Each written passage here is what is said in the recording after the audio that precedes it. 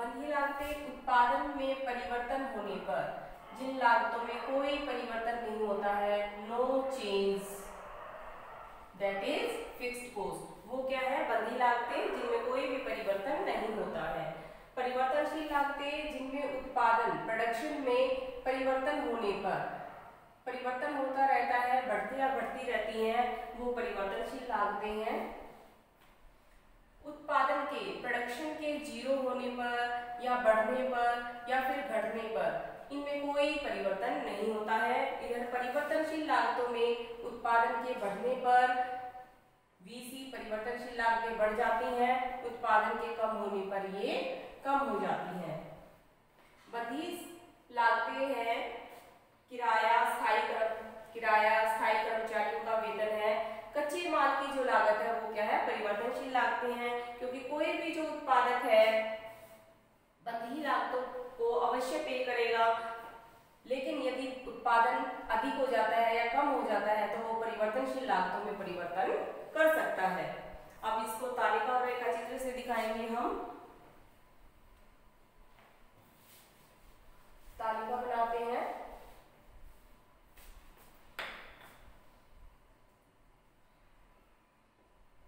और रेखा चित्र से इसको दिखाएंगे हम कि किस तरह से हम डायग्राम से इसको दिखा सकते हैं।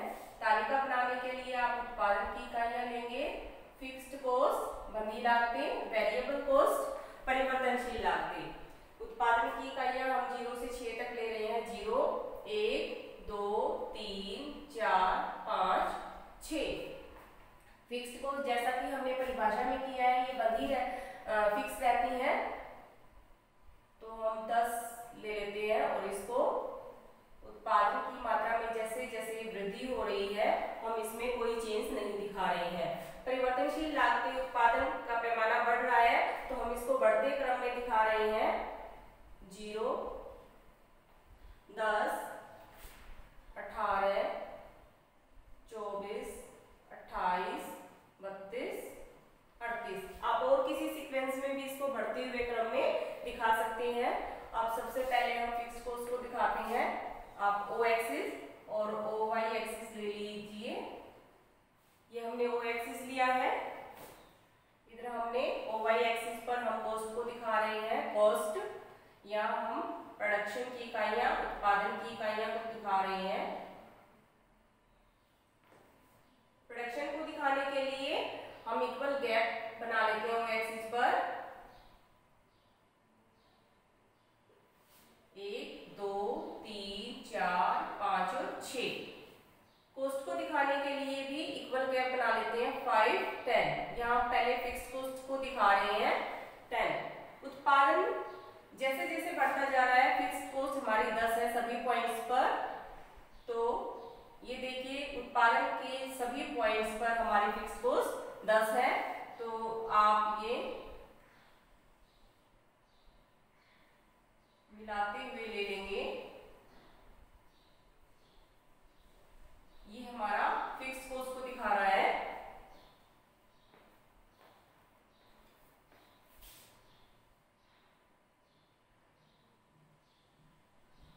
ये फिक्स्ड कॉस्ट को दिखा रहा है। अब हम वेरिएबल कॉस्ट के लिए, वेरिएबल कॉस्ट को दिखाने के लिए एक डायग्राम बनाते हैं जिस पर हम वेरिएबल कॉस्ट को दिखाएंगे। इसी तरह से प्रोडक्शन को ले लेते हैं नीचे हम ओ एक्सिस पर, कॉस्ट को हम ओ वाई एक्सिस पर दिखा रहे हैं। प्रोडक्शन की इकाइयां ले लेते हैं यहाँ पर इक्वल गैप पर। 1, 2, 3, 4, 5 और 6। इधर आप ले लीजिए 10, 20, 30 और 40। फर्स्ट पॉइंट यह है हमारा उत्पादन की 0 इकाई के उत्पादन पर हमारी वेरिएबल कॉस्ट 0 है। उसके बाद 10, उसके बाद 18, उसके बाद 24 बढ़ते हुए क्रम में है, उसके बाद है 28। आप यहां से देखिए यहाँ 28, उसके बाद 32, 32 के बाद 38, पॉइंट्स को मिलाएंगे आप, डॉट क्लियर दिखाई दे रही है आपको, इन पॉइंट्स को मिलाएंगे, ये हमें एक कर्व मिल रहा है, पॉइंट्स को मिलाकर जो हमें रेखा मिली है इसको हम बोलते हैं बीसी कर्व। तो इस तरह से आप उत्पादन और कॉस्ट को लेकर बीसी को दिखा सकते हैं। अब बंधी और परिवर्तनशील लागतों को लेकर कई बार परीक्षा में सवाल पूछा जाता है, तो वो सवाल कैसे निकालेंगे हम, एक सवाल मैं आपको निकाल के दिखाती हूँ। उत्पादन की इकाइयां दे रखी हैं, टोटल कॉस्ट दे रखी है, उत्पादन की इकाइयां हैं टीसी कुल लागत,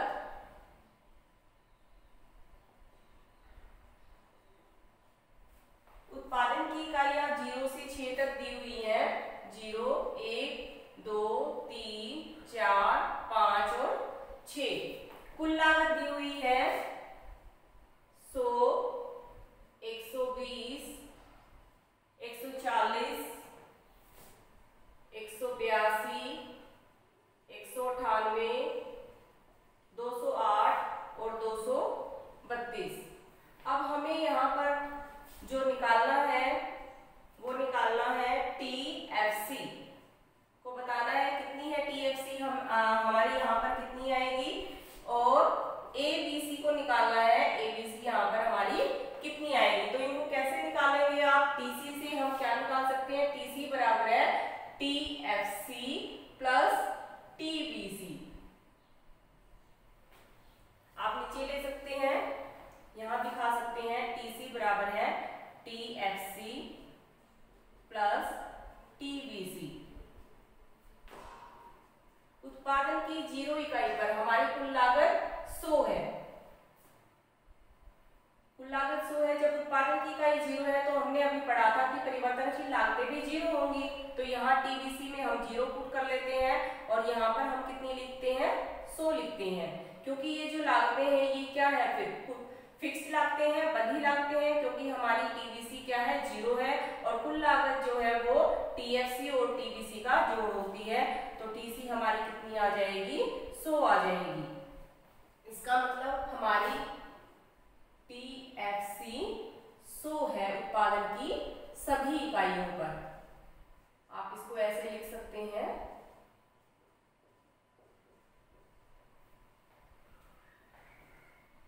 इसके बाद हमें निकालना है ABC। ABC को निकालने का, देखो हमने AC किया था, AC निकालने का फॉर्मूला है TC/Q। ABC को भी इसी तरह से निकालेंगे, TBC को हम उत्पादन की मात्रा से भाग दे देंगे। इसके लिए पहले हमें TBC को निकालना पड़ेगा ABC निकालने के लिए, उसके बाद ही हम ABC को निकाल सकते हैं।